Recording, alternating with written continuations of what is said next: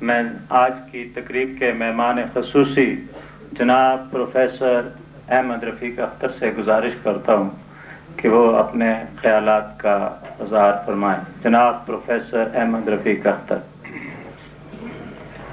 اعوذ باللہ السمیع العلیم من الشیطان الرجیم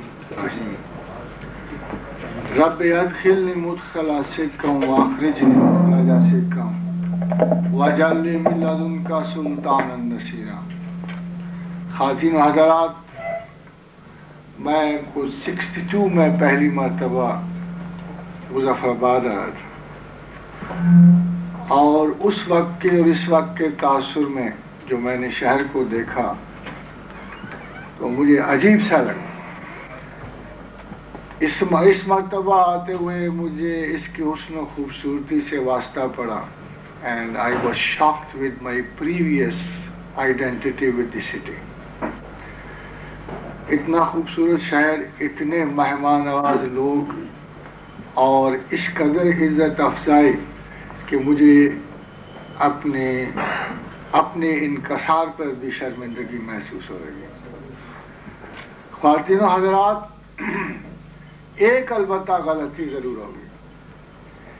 یہ جو موضوع مجھے دیا گیا، دراصل یہ کم سے کم 1000 صدی پہ محیط علمی اور فکری موضوع ہے۔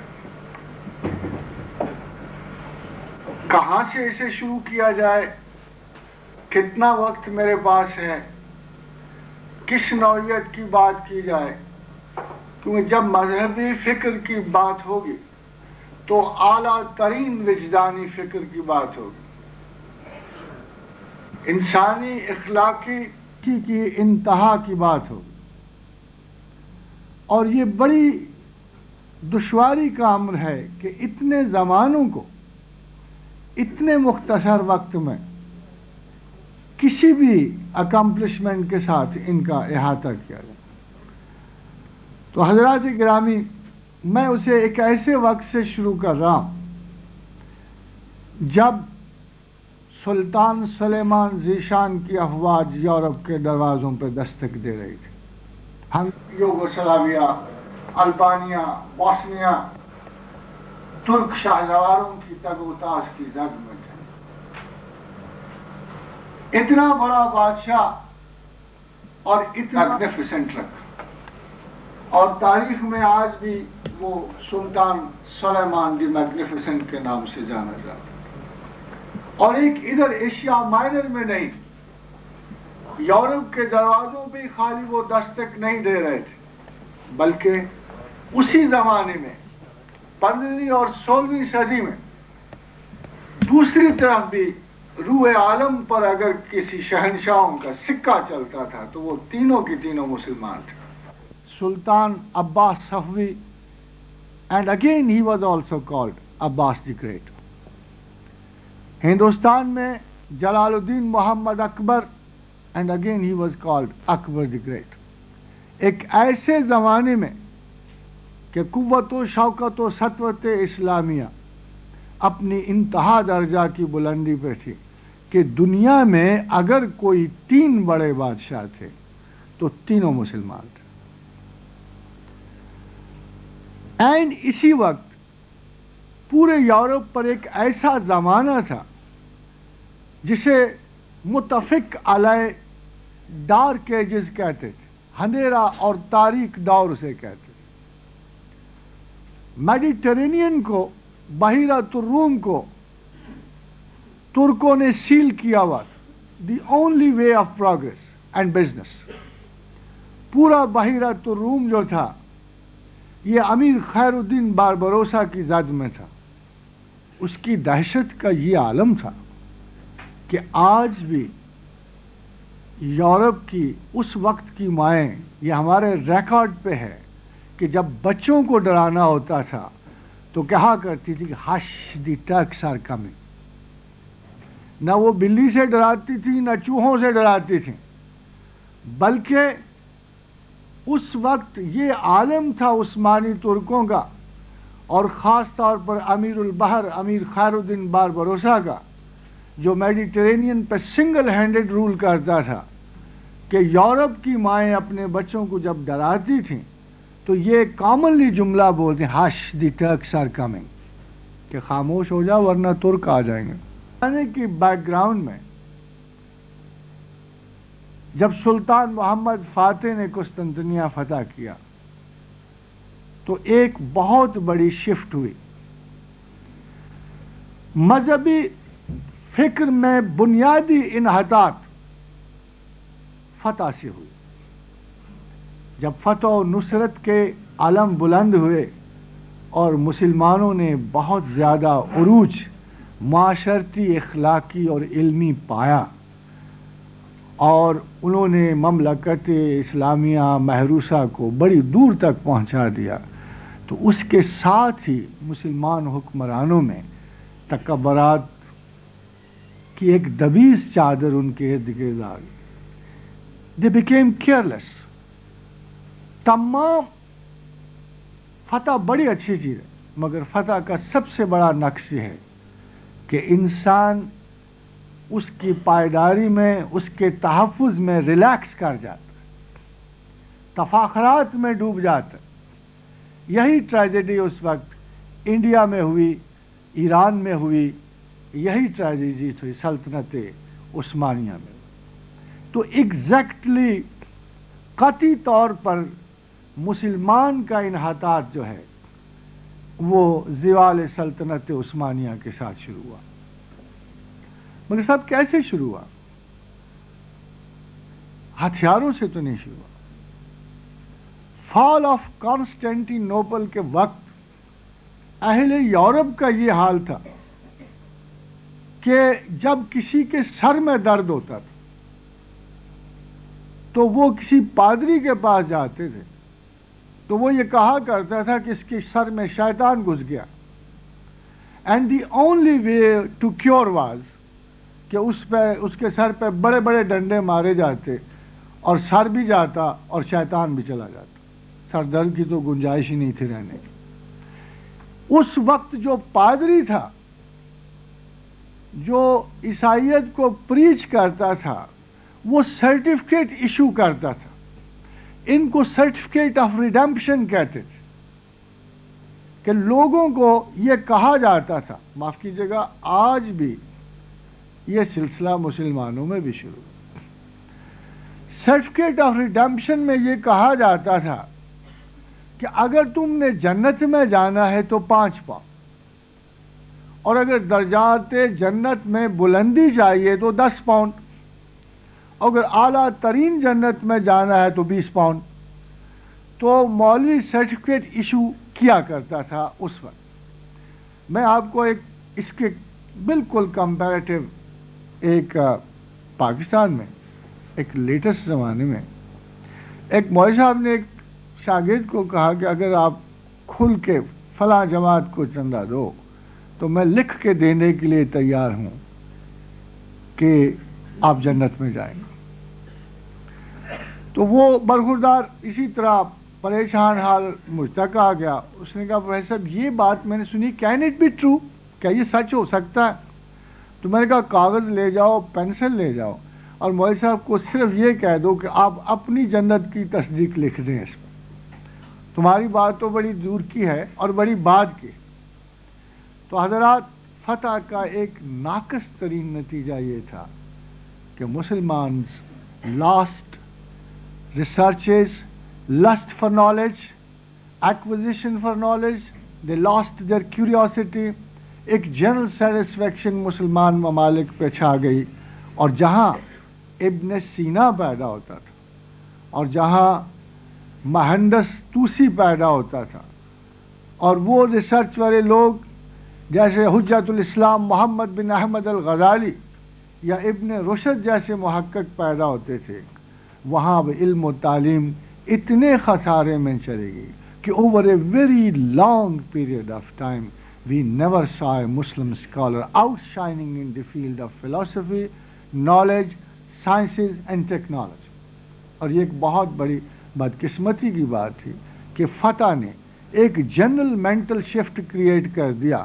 تفاخرات میں ڈوب کر ملت اسلامیہ اس بنیادی عنصر فتح سے محروم ہو گئی جسے ہم علم کہتے ہیں۔ قوموں کے عروج و زوال تحصیل علم تحقیق و جستجو سے مرتب ہوتے، جب علم رخصت ہونا شروع ہوا تو علم ٹرانسفر ہونا شروع ہو گیا۔ عین اسی وقت شرح فارابی سے، شرح ابن رشد سے، تحافت الفلاسفہ سے، جو کارڈوا سے ٹریول کرتی ہوئی لنڈن یونیورسٹیز تک آئیں، جو کیمبرج تک گئیں، آکسفورڈ تک گئیں، یورپ میں ایک نئی تحریکات نے جنم لیا جنہیں ہم رینیسانس اور ریفارمیشن کہتے ہیں۔ تحریک احیاء مذہب اور تحریک احیاء علوم شروع ہو گئی۔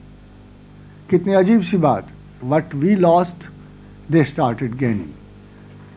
تحریک احیاء علوم سے بڑے بڑے اسکالرز نے فالنگ، اور آج بھی ماڈرن فلسفی کا جو بابا آدم ہے، بانی ہے، ڈیکارٹ ہے، اگر آپ اس کی کتابیں پڑھیں تو حیرت سے آپ کو یہ انکشاف ہوگا کہ غزالی کی مثالیں تک اس نے اپنے نام سے درج کر دی۔ لفظ بلفظ جو حجت الاسلام محمد بن احمد الغزالی نے جو پراپوزیشنز دی تھیں، جو مثالیں دی تھیں، ڈیکارٹ نے اپنی کتاب میں وہ بالکل اسی طرح نقل کر دی ہیں، بغیر شرمائے ہوئے کہ یہ کسی اور کی چیز ہے اور میں اسے اپنے نام سے منسوب کر رہا ہوں۔ تو حضرات گرامی، یہ زوال ایسا جاری ہوا کہ سلولی اینڈ گریجولی ممالکت اسلامیہ میں رفتہ رفتہ ان کی تعلیم نے، ان کی جرأتوں نے اور ان کی افکار کی تازگی نے انہیں ترقی کی طرف گامزن کرنا شروع کر دیا۔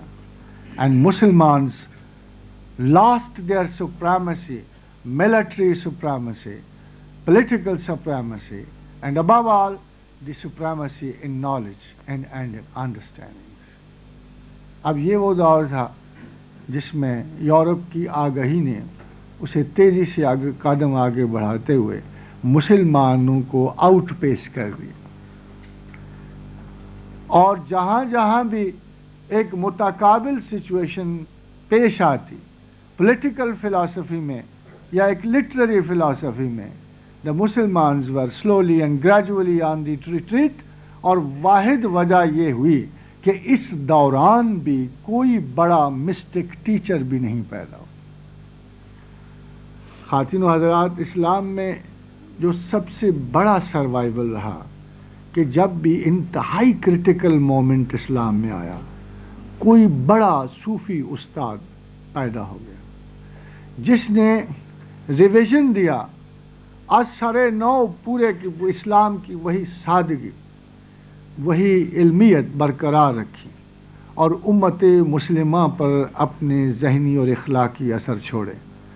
جب اسپین میں مسلمان حکومت تباہی کے کنارے پہنچ گئی تو غزالی کے ہی ایک شاگرد الیعقوب المومن نے المواحدین کی تاریخ کا آغاز کیا، اور 200 سال کے لیے اسلام پھر اسپین میں قائم ہو گیا۔ المواحدین کے بعد المرابطین کی جو یوسف بن تاشفین کی تحریک تھی، ان دونوں نے اسی علمی سورس سے حیات پا کر اسی عالم زمانہ کی صحبت کا شرف حاصل کر کے ایک نئی تازگی جو ہے مذہبی ماحول میں بخشی، and they were able to resurrect Islam out of the debris of defeat. یہی حال جب بغداد میں خلفاء مکمل تباہی اور مکمل اضمحلال کا شکار ہو گئے تو فطرت اور کردگار نے بغداد ہی سے الشیخ عبد القادر الجیلان کو پیدا کیا، اور ان کی وجہ سے یہ انحطاط زمانہ رکا، انہی کی وجہ سے مسلمان دوبارہ اپنی اوریجنل جینون پریسٹیجس ریلیجن کو واپس آئے، اور انہوں نے اس زوال کو 200 سال تک تھامے رکھا۔ ہندوستان میں سلطان محمود آف غزنہ جہاں فتوحات کی ایک بارات لے کے آیا، وہاں علم کی بھی ایک سوغات لے کے آیا، اور یہ سیدنا علی بن عثمان الجلاوی الحجویری تھے۔ کہ جن کے ورود مسعود نے علم و معرفت کی ایک ایسی شمع روشن کی جسے بعد میں چشتیہ صاحب نے اٹھایا، محبتوں سے، اخلاق سے، نرمی سے اور مروت حسن عالمگیر سے، اور اس وقت سے لے کر ایک طویل سلسلہ جو ہے خدا کے دین کی طرف لوکل انہیبیٹنٹس کا شروع ہوا. اور خواجہ معین الدین چشتی اجمیری ہوں یا خواجہ فرید الدین گنج شکر ہوں یا بختیار الدین کاکی ہوں یا خواجہ نظام دہلی ہوں یا چراغ دہلی ہوں، خداوند کریم نے ان لوگوں میں محبت کے ایسے سوتے رکھے کہ اہل کفر اور اہل شرک جو تھے وہ خدا وحدانیت کی طرف مائل ہوئے، تاں کہ بھگتی تحریک نے اس پہ بند باندھنے کی کوشش کی. دنیا میں جہاں جہاں بھی اسلام پہنچا اور جہاں جہاں بھی اللہ کے یہ بندے پہنچے، یہ خالی عالم نہ تھے، یہ فقط علماء دین نہ تھے، بلکہ ان کے ساتھ ان کی مذہبی وجاہتوں کے ساتھ ساتھ ان کے اخلاقی رتبے چلتے تھے، ان کی اعلیٰ ترین ذہنی صلاحیت چلتی تھی. یہ پورے مذہب کو بار بار اس نقطے پہ لاتے تھے جسے آج ہم ڈسکس کریں. تمام مسٹکس کا ایک رویہ رہا اور انحطاط اسلامیہ میں ان کا ایک رول رہا کہ عالموں کی طرح انہوں نے شفٹ نہیں کی، انہوں نے اعمال کو خالی شفٹ نہیں کیا، انہوں نے اوور سٹریس نہیں کیا اعمال کو، بلکہ حدیث رسول کے مطابق انما الاعمال بالنیات، سب سے پہلے انہوں نے عمل سے پہلے انسانوں کی نیات کو درست کرنے کے لیے ایک ذہنی جد و جہد کی، کیونکہ نیت کے بغیر عمل صرف قول و فعل ہے، اور قول و فعل کی ہم آہنگی بھی منافقانہ ہو سکتی ہے. تصوف میں، مسٹک میں، مومن میں، ولی میں، متقی میں اور اللہ کے ان نیک بندوں میں اور عام علماء میں صرف ایک فرق تھا کہ جہاں اچھے عالم قول و فکر کے تضاد کو ختم کرنے پہ زور دیتے تھے، اہل خدا جو ہیں قول و فعل و فکر تینوں کے تضاد ختم کرنے پہ زور دیتے تھے. یہ ایک حتمی یقین، حتمی تعلیم تھی جو صوفیاء نے، جو ان مومنین کے گروہ نے ہمیں دی کہ تمام افعال جو ہیں مذہب کی بجائے خدا کے لیے ہونے چاہیے، رستے میں گم ہونے کی بجائے منزل کی طرف بڑھنا چاہیے. مذہب چلنے کا رستہ ہے اور ڈیسٹینیشن صرف اور صرف اللہ ہے، اور جب تک آپ اپنے حتمی ڈیسٹینیشن کو پہلے متعین نہیں کریں گے، ایک بہت بڑی غلطی کا پوری امت مسلمہ شکار رہے گی، اور یہ غلطی ہے confusion in the sense of priorities.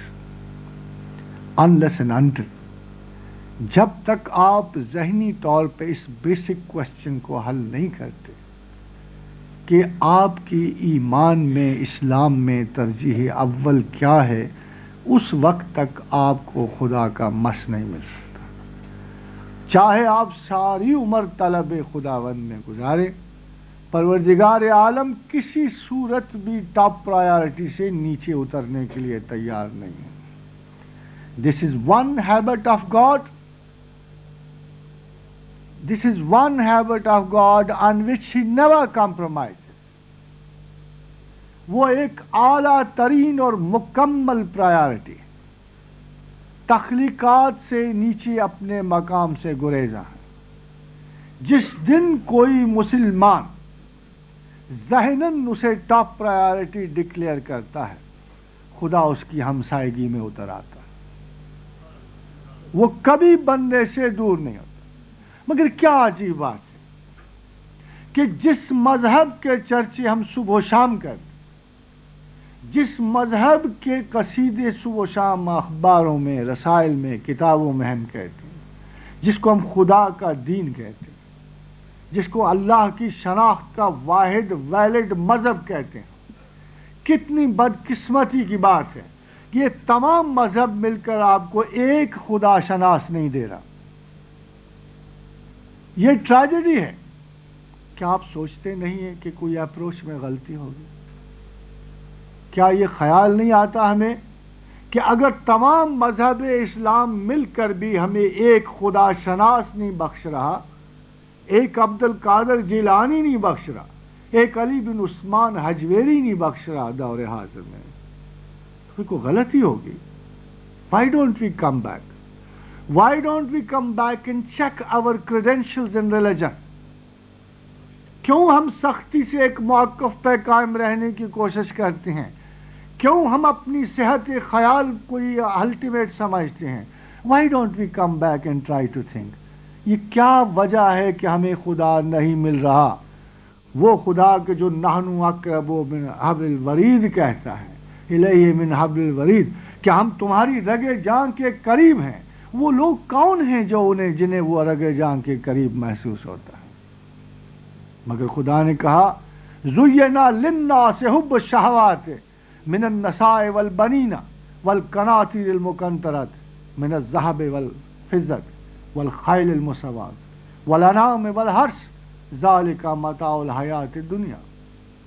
عورتیں، بیویاں، بچے، گھوڑے، گاڑیاں، منصب، یہ سارے کے سارے زینا للناس حب الشہوات ہیں. میں نے حضرت انسان کے خیال کو ان شہوات سے ہم نے زینت دی ہے. یہ میں نہیں ہوں، ان کی تلاش میں نہیں ہوں، ان کی جستجو کی مسابقت میں تمہیں نہیں مل سکتا. اگر تم نے مخلوق، میری ہی مخلوق کو مجھ پہ ترجیح دینی ہے، اگر تم نے اپنی بہترین صلاحیتوں اور عقل کے وقت کو ان کو دینا ہے، میں پھر تم سے نہیں مل سکتا. حضرات کرام، کچھ عرصہ پہلے، about 50 to 70 years ago، علامہ اقبال نے ایک بہت بڑے مسئلے کی نشاندہی. جب یورپ اپنے جدید ترین ٹیکنالوجی نالجبلٹی میں ہمارے سامنے آیا تو مسلمان کے دو ایٹیچیوڈ پیدا ہوئے. ایک ایٹیچیوڈ کو فنڈامنٹلزم کہتے ہیں، اور جو دونوں ایٹیچیوڈ پیدا ہوئے وہ دونوں مسلمان کے لیے صحت مندانہ نہ تھے. ایک تقلید مغرب کا آیا، ایک تردید مغرب کا آیا. جنہوں نے تردید مغرب کی انہوں نے علم کی کسی بھی شناخت کو قبول کرنے سے انکار کر دیا. یورپ سے انہوں نے یہ نہیں بالکل سوچا کہ یورپ جس سوغات علم پر آج قائم ہے وہ ہمارے آباء و اجداد کے ورثے ہیں. انہوں نے اس حدیث پہ غور نہیں کیا کہ حکمت میراث مومن ہے، جہاں سے اس کا ایک ذرہ بھی ملے اٹھا لو. انہوں نے اس چیز پہ غور نہیں کیا. وہ ایڈمنٹ ہو گئے. فنڈامنٹلسٹ ایٹیچیوڈ کا صرف ایک مطلب ہے کہ اس وقت علم کو قبول نہ کر دو. جو بنیادی فنڈامنٹلسٹ کا لفظ ہے، اس کا اصلی ترجمہ یہ ہے کہ اس وقت کسی علمی تحقیق کو قبول نہ کرنا جب، اور اس پہ غور و خوض نہ کرنا جب وہ آپ تک پہنچے، بلکہ اس کی تردید کرنی. اور یہ فنڈامنٹلسٹ ایٹیچیوڈ یورپ سے شروع ہوا، اسپین کی انکویزیشن سے شروع ہوا کہ جب ریلیجس بیریئرز لگے فردینینڈ اور ایزابیلا کی حکومت کے بعد، جب مسلمانوں کو اسپین سے ملک بدر کرنا تھا تو انکویزیشن بیٹھی، اور انکویزیشن نے صرف دو چوائسز دیے، کرسچینٹی اور ایکسپاٹریشن، یا عیسائیت قبول کرو یا ملک چھوڑو. یہی انکویزیشن اس وقت لگی جب ایک متجسس فکری روح گیلیلیو کائنات پہ غور کرتے ہوئے کاپرنکس کی مخالفت میں اس نے ایک اصول کاسماس دریافت کیا، تو صرف اس انٹلیکچول نے انکویزیشن کے خوف سے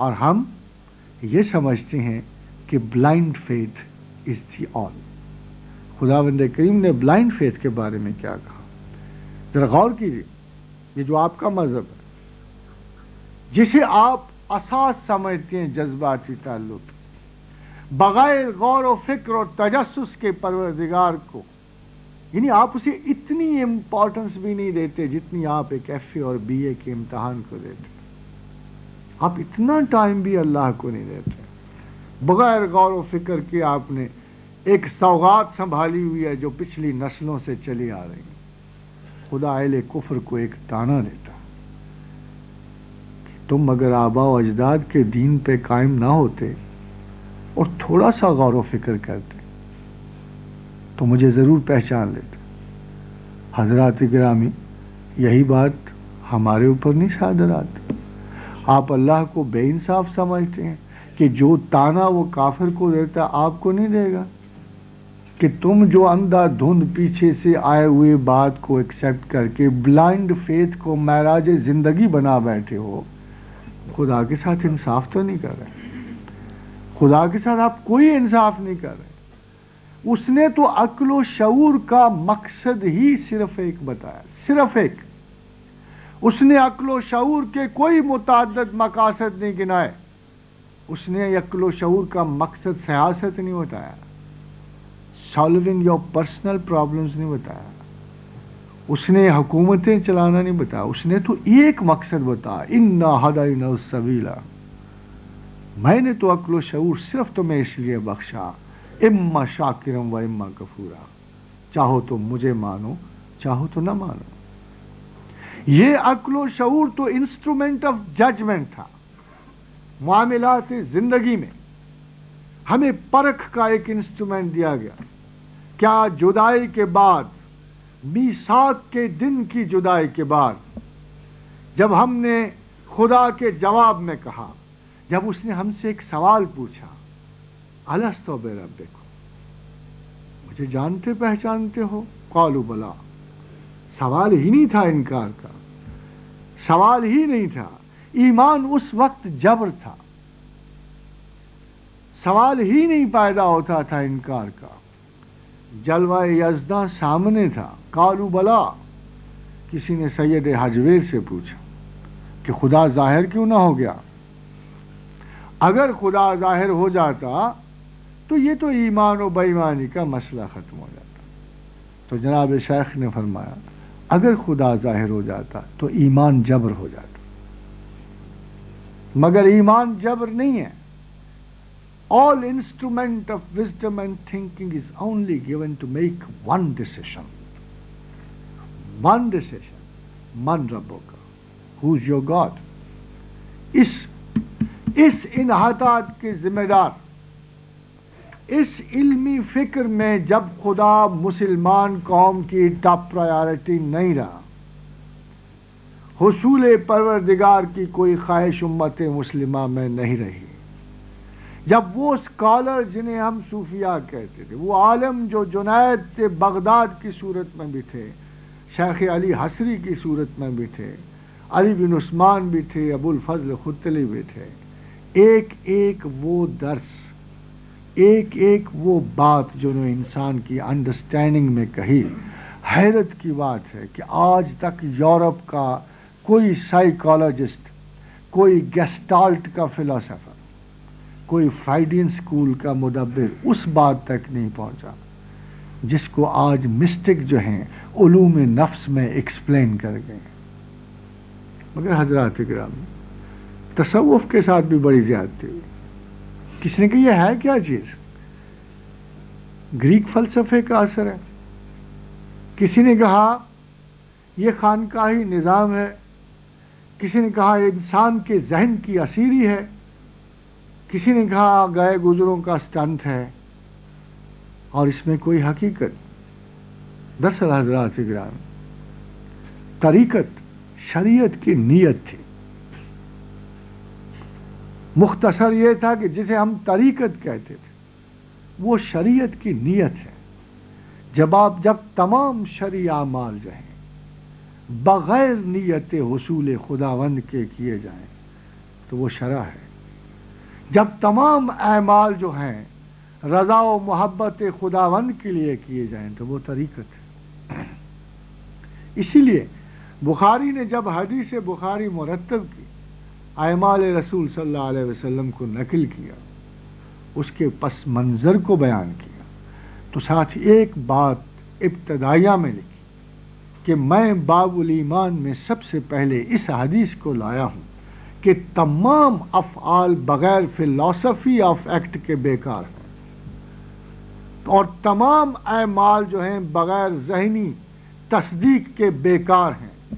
اس لیے میں پہلی حدیث ایمان میں یہ لایا ہوں کہ انما الاعمال بالنیات، کہ جب تک آپ کو موقف واضح نہیں، اور فرمایا رسول اللہ صلی اللہ علیہ وسلم نے اگر تمہیں یہ دیکھنا ہو کہ تم کوئی کام کیوں کر رہے ہو تو پہلے اس کی نیت کر لو، تمہیں خود ہی پتہ لگ جائے گا کہ کوئی کام تم کیوں کر رہے ہو۔ تو حضرات و خواتین و حضرات، یہ وہ وقت ہے جب اقبال نے آ کر یہ محسوس کیا کہ یورپ کے اس چڑھتے ہوئے فشار کی وجہ سے، ابلاغ کی وجہ سے، اور اتنی زیادہ مسحور کن ایجادات کی وجہ سے، 5 اسٹار ہوٹلز کے کلچر کی وجہ سے، کتنا عجیب سا لگتا ہے کہ 5 اسٹار ہوٹل میں خدا کی بات نہیں ہو سکتی۔ اس لیے نہیں ہو سکتی کہ وہ ماحول جو ہے خدا کے ماحول سے جدا ہے، اس لیے کہ خدا کا کانسیپٹ ڈیکیڈنٹ ہے۔ وہ ایک پرانی سی شاعر علی بابا کی طرح کو سرخ ٹوپی پہنے بیٹھا ہوا ہے، وہ دور وسطیٰ سے آگے نکلا ہی نہیں ہے۔ یہ بڑی بدقسمتی کی بات ہے کہ ہمارے علمی انحطاط کا یہ عالم ہے کہ قرآن کی تفسیر اور قرآن کا ابلاغ دور وسطیٰ سے آگے نہیں آیا، 12ویں اور 13ویں صدی سے آگے نہیں بڑھا۔ کوئی قرآن اٹھا کے دیکھ لیں، کوئی قرآن، اس کی شرح رازی کی ہے، اس کی شرح ابن کثیر کی ہے، اس کی شرح میں آپ تمام نام دیکھیں گے، مگر کوئی جدید جو مفکر ہے، میں ان مفکروں کی بات نہیں کرتا کہ جن کے علم بعض اوقات اتنے ناقص ہوتے ہیں کہ وہ خدا و رسول پہ جو رائے دیتے ہیں وہ ان کی اپنے احمقانہ عالمانہ سند بن جاتے ہیں۔ فار ایگزامپل ایک چھوٹی سی بات، آپ حضور گرامی مرتبت نے ایک حدیث فرمایا، کیا ابو ذر تمہیں پتا ہے کہ سورج کہاں جاتا ہے؟ فرمایا اللہ اور اس کے رسول بہتر جانتے۔ کہا ابو ذر یہ سورج جو ہے عالم بالا میں عرش برین پہ جاتا ہے، پھر اسے کہا جاتا ہے کہ تو لوٹ جا، پھر یہ پلٹتا، پھر ایک دن سے کہا جائے گا کہ تو نے پلٹنا نہیں، اسی جانب سے طلوع۔ اس حدیث پہ حضرات محترم بہت اعتراض ہوئے، بہت۔ غلام جیلانی برق نے اعتراض کیا، اس پہ غلام احمد پرویز صاحب نے اعتراض کیا، کہنے لگے کہ یہ حدیث خلاف واقعہ ہے۔ خلاف واقعہ اس لیے ہے کہ سورج تو کہیں نہیں جاتا، سورج تو ایک ایلپٹیکل موومنٹ میں گردش کرتا، اینڈ دیٹس آل۔ مگر حضرات گرامی انہوں نے اتنا صبر نہیں کیا کہ اگر کوئی چیز سمجھ نہیں آئی تو انسان کا صبر اس کا ٹھہراؤ ہے، وہ نئے نقطۂ علم کی تلاش کی خاطر کچھ رکتا ہے اور اپنی رائے کو کلٹ اور بت پرستی نہیں بناتا۔ وہ سوچتا ہے کہ ہو سکتا ہے کہ میری علوم و معرفت میں کچھ کمی ہو، میں تھوڑا سا صبر کر لوں۔ تو اگر وہ جلدی نہ کرتے تو کچھ اور دیر ٹھہر جاتے، 80s اور 90s میں اس انکشاف سائنس کو دیکھ لیتے کہ سورج بمائے اپنی کانسٹلیشن کو بالائے عرش برین تک جاتا ہے اور اس کو اس حدیث پہ اعتراض نہ ہوتا۔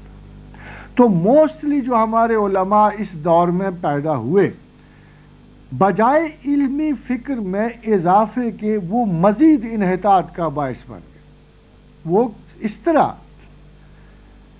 کہ ہر ایک آدمی کو اس وصف سے آگاہی نہیں تھی، اس تلاش سے آگاہ نہیں تھی قربت یزداں میسر نہیں تھی، وہ سنسیرٹی میسر نہیں تھی جس سے اللہ کا قرب چاہا جاتا ہے، تلاش کیا جاتا ہے۔ جب انہوں نے ارد گرد بھی وہ لوگ نہ پائے، وہ اساتذہ نہ پائے جو علم و معرفت کی انتہا پہ بھی تھے اور قلبی علوم اور انکشافات ذات کی انتہا پہ بھی تھے، تو انہوں نے ایک چیز فرض کر لی کہ تصوف یا یہ درجہ ایمان مفقود ہے اور سرے سے نہیں ہے، اور تمام کا تمام زور عملیات پہ چلا، تمام کا تمام زور اعمال پہ چلا۔ اس طرح پریگمیٹسٹ مسلمان پیدا ہوا۔ پریگمیٹسٹ مسلمان جو ہے وہ نماز اور روزہ کی انتہا درجہ کی پابندی کا قائل ہوا، مگر اس کے علاوہ اسے کچھ نصیب نہ ہوا۔ وہ آرگنائزیشن میں پڑا اور یہ خیال کیا کہ امت مسلمہ کا انحطاط، فکری انحطاط کا باعث صرف اعمال میں کمی ہے۔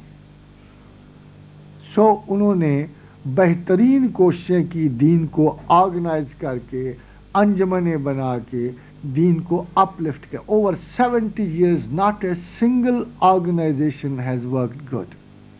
Not a single organization has succeeded.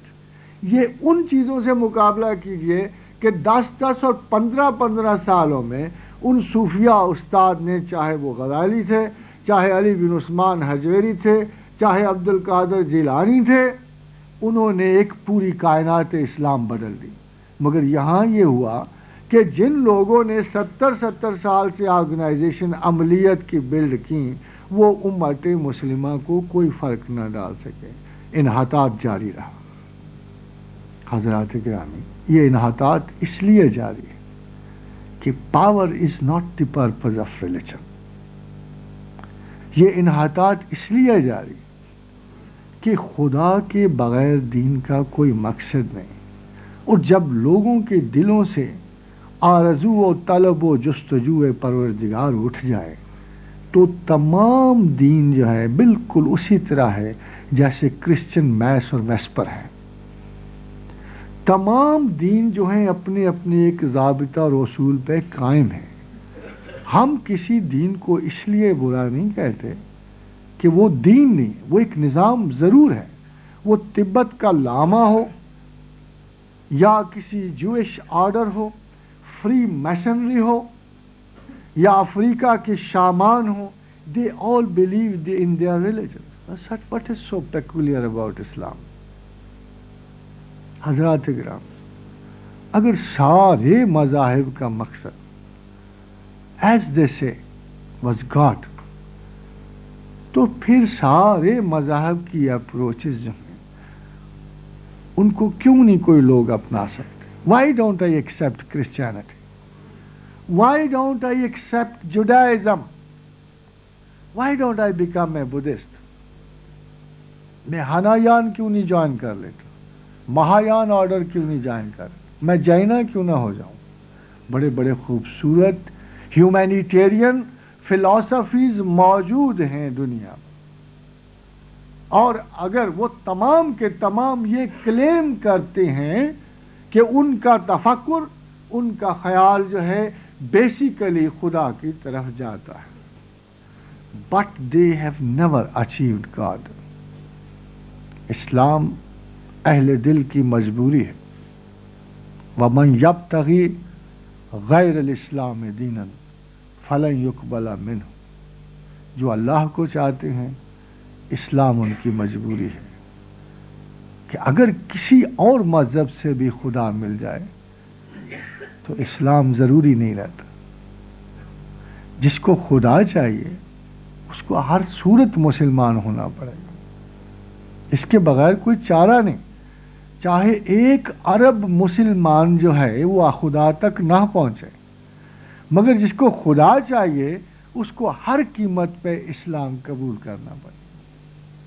Of late ایک تبت کا لاما 25 برس کی ریاضت کے بعد مسلمان ہو گیا، تو بدھ بھکشو آرڈر اس کی نگرانی پہ بیٹھا اور ان کا explain why did you change your religion, تو اس نے کہا بات یہ ہے کہ I wanted God, I wanted peace, میرے 25 سال کے لاما ہونے کے باوجود مجھے یہ دو چیزیں نہیں ملیں، نہ خدا ملا نہ امن ملا، اس لیے میں مسلمان ہوں۔ انہوں نے کہا یو آر ٹیلنگ اے لائی۔ انہوں نے کہا بات یہ ہے کہ چونکہ تیری پاورز ایز اے لاما ختم ہو گئی تھی اس لیے تو نے اسلام قبول کیا۔ اس نے کہا نو دس از ناٹ دی کیس۔ تو ہانگ کانگ میں ایک بہت بڑا مناظرہ ترتیب دیا گیا جس میں اس لاما کو چیلنجیبل یعنی پوزیشن پہ لایا گیا، اور وہاں بھی ایک جھگڑا سا، بہت سارے TV cameras everything was fitted well, اور وہاں اس سے پھر پوچھا گیا کہ why did you accept Islam, تم نے کیوں بغاوت کی لاما کے آرڈر سے؟ تو اس نے کہا بھائیو میں نے تمہیں پہلے بھی کہا ہے کہ میں 25 سال لاما رہا ہوں، میں نے انتہائی گہری ریاضت کی ہے اس آرڈر میں، مگر مجھے خدا نہیں ملا، مجھے امن نہیں ملا، اس لیے میں نے اسلام قبول کیا، اینڈ آئی فاؤنڈ بوتھ۔ تو کہا تو غلط کہتا ہے، you last your powers, you last powers. تو جب وہ بات بہت بڑھ گئی تو اس نے ان کے بڑے لاما کو کہا کہ آؤ پھر تم آ جاؤ، تم میرے ساتھ پاورز کا میچ کر لو۔ تو اسی طرح سٹیج بنی ہوئی تھی، دین وہ سٹیج پہ چڑھا تو اس نے بڑے لاما کہا آل رائٹ، اگر if you are powerful then jump jump. بولے ایک سناٹا سا چھا گیا۔ اس کے بڑے لاما نے کہا یار یہ کوئی بات ہے تو مجھے کی؟ اس نے کہا نہیں، اگر تو کہتا ہے نا کہ میری پاورز ختم ہو گئی ہیں تو اس سٹیج سے مجھے جمپ کر کے دکھا۔ the whole world was excited۔ وہ نیچے اترنے لگا تو اس نے ہاتھ کا اشارہ کیا، وہ آدھا اور نیچے اس کا پاؤں بالکل ساکت و جام کسی اسٹیچو کی طرح لٹک گیا وہاں پر۔ about 15-20 منٹ وہ it was so shocking to them، بڑی دنیا سے بڑے لوگ آئے ہوئے تھے، it was so shocking for them کہ تھوڑے عرصے کے بعد اس نے پھر ہاتھ سیدھا کیا، وہ نیچے گر گیا۔ جب وہ نیچے گر گیا تو اس نے کہا brothers and sisters، میں نے تمہیں پہلے ہی کہا تھا کہ I did not lose any power، مگر 25 سال لاما ہونے کے باوجود مجھے خدا نہیں ملا، مجھے امن نہیں ملا، and the only way to God and peace is Islam۔ یہ نعمت ہم میں موجود ہے، مگر اس نعمت کو ہم کیسے ضائع کرتے ہیں؟ اس کی توہین کر کے۔ ہم اس نعمت کو، ہم خدا کے قرب کی سعادت کو، اس کی محبت و چاہت کو اس طرح ضائع کرتے ہیں کہ ہم اپنے غور و فکر کو معطل کر کے، ہم سوچنے سمجھنے کی صلاحیتوں سے عاری ہو کر ہم خدا کو ٹوٹلی نگلیکٹ کرتے ہیں جب اس کا اچھا وقت ہوتا ہے۔ جب اصحاب رسول میں سے ایک نے گندی سڑی ہوئی کھجوریں مسجد نبوی پہ لٹکا دی، رسم یہ تھی جس کا کچھ زیادہ ہوتا وہ مسجد نبوی پہ وہ خوراک رکھ دیتا، اور وہ اصحاب جو نہیں رزق و روزگار کی سبیل رکھتے تھے وہ وہاں سے لے کے کھا لیتے۔ ایک صحابی نے گندی سڑی کھجوریں وہاں رکھ تو پروردگار عالم کو اتنا غصہ آیا کہ آپ نے کہا کہ اگر تم اپنی بہترین چیز میرے لیے نہیں دے سکتے تو بدترین تو نہ دو، درمیانی دے۔ حضرات گرامی ذرا غور کیجیے، اگر ہم اپنے اللہ کو اپنی بہترین عمر نہیں دے سکتے تو بدترین تو نہ دیں۔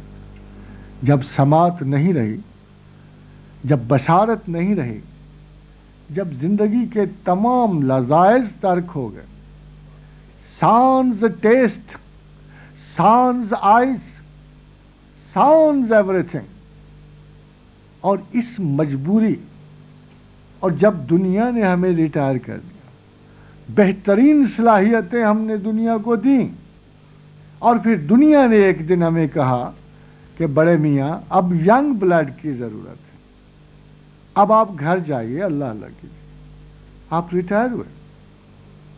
جب یہ نوبت آئی کہ اب کوئی اور رستہ نہیں رہا تو اس بڑھاپے میں، اس ذلت کی عمر میں جسے پروردگار ارذل العمر کہتا ہے، اب ہم کائنات کے سب سے بڑے مقصد کی اچیومنٹ کے لیے جا رہے ہیں۔ اس سے بڑا تضاد فکر اور کیا ہو سکتا کہ جو بہترین صلاحیتوں کا فکر تھا، ٹائم تھا جب ہمیں پروردگار عالم کے لیے خلوص اور محبت سے جد و جہد کرنی چاہیے تھی، تب ہم نے تمام انرجی، تمام طاقت، تمام شعور جو ہے وہ ایک چھوٹے چھوٹے پرپزز کو دے دیا، اور جب ہم بیکار محض ہو گئے، جب ہماری زندگی میں سوائے پروٹیکٹڈ سیلف کے کچھ نہیں رہا، جب دنیا نے ہمیں اپنے پاس سے خارج کر دیا، اب ہم چلے ہیں کائنات کے خالق پہ تحقیق کرنے۔ It is پیٹیبل gentlemen, it is پیٹیبل۔ اب سے یہ علمی فکر کی بنیادی انحطاط کا باعث ہے، ہم نے خدا کو کبھی سیریسلی نہیں لیا۔ پروردگار is too tough on this issue, less than the top priority, unless you make him the top priority. وہ کبھی آپ کو نہیں مل سکتا، یہ اعمال میں نہیں ذہن میں ہے، یہ آپ کے تجسس سے فکر کا نچوڑ ہونا چاہیے۔ اور یہ بات بھی یاد رکھ لیجیے کہ تمام علمیت اور تمام ذہنی فکر کا صرف ایک فطری نتیجہ ہے، اور وہ اللہ ہے۔ اگر آپ غور و فکر کے باوجود، تحقیق و جستجو کے باوجود آپ اللہ تک نہیں پہنچ پائے تو واپس مڑ کے دیکھیے کہ آپ کا علم کہاں غلط ہے، آپ کی فکر کہاں کاج ہے۔ یہ ایک نیچرل انجام ہے غور و فکر کا۔ اللہ کے سوا غور و فکر کہیں اور پہنچتا نہیں ہے۔ اللہ کے سوا دیکھیے ہر جگہ علم رک جاتا ہے، کوئی علم آ کے رسل پہ رک جاتا ہے، کوئی وٹ کانسٹائن پہ آ کے رک جاتا ہے، کوئی گیسٹالٹ، سگمنڈ فرائڈ، یونگ اور ایڈلر پہ آ کے رک جاتا ہے۔ علم بڑا مختصر ہے۔ In one day you can finish one full subject. چند بڑے نام، چند بڑی تحریرات، 2 کوانٹم کی تھیریز، ایک ریلیٹیوٹی، ایک گیسٹالٹ کا سکول، ایک بیہیویئرزم، اس کے علاوہ علم کچھ نہیں ہے۔ If you spend one serious year, you can finish the whole knowledge.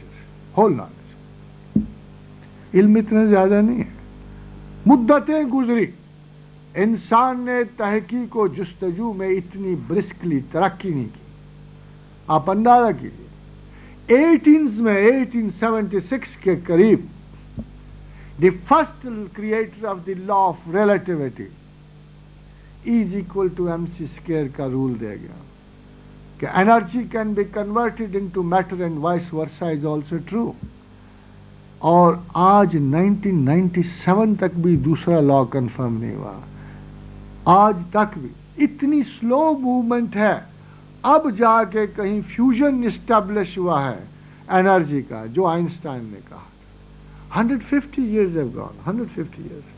انسانی ترقی کتنی محدود، کتنی سلو ہے، اس کا اندازہ آپ ان ترقیوں سے جو انسان کر رہا ہے۔ The maximum best this is about 30 to 40 years time, جس میں انسان نے ایک لیپ لی ہے، ایک بڑے کام، جس کو اقبال یہ کہتا ہے، جس کو مختصراً علامہ نے اس بات میں کہا، جیسے انہوں نے ریکنسٹرکشن آف ریلیجس تھاٹ میں، تشکیل الہیات جدید میں انہوں نے مذہب کا جب دفاع کیا تو اس میں بھی انہوں نے اس نقطے کو پوائنٹ آؤٹ کیا